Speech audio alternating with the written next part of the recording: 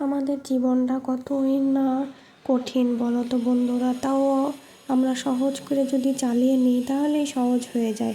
জীবনে কাল বলে কিছু থাকে না, যা করার আজকেই করতে হবে। জীবনে বর্তমানটাকেই সুখ বলে ভেবে নাও, এই ভবিষ্যতে কী করব কী খাবো সে বলে কিছু করার নেই আমাদের। আজ আছি কাল নাও থাকতে পারি, যেটুকু সময় পাই সেটুকু আনন্দ করে কাটাও। যাতে তোমরা সবাই, আমি বানিয়েছি ডিমের হালুয়া, তাই কিছু করার নেই বলবো।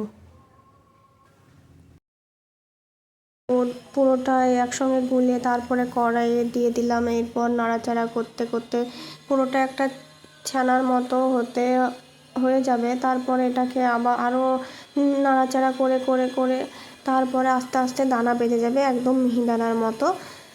তারপরে একটু চিনিও দিয়ে দিয়েছি। এই তখন আমার ডিমের হালুয়া রেডি হয়ে গেছে। তো খেতে বেশ দারুণ লেগেছিলো, আমার বর তো খুব পছন্দ করেছিল, খুব নামও করেছে যে খুব ভালো হয়েছে।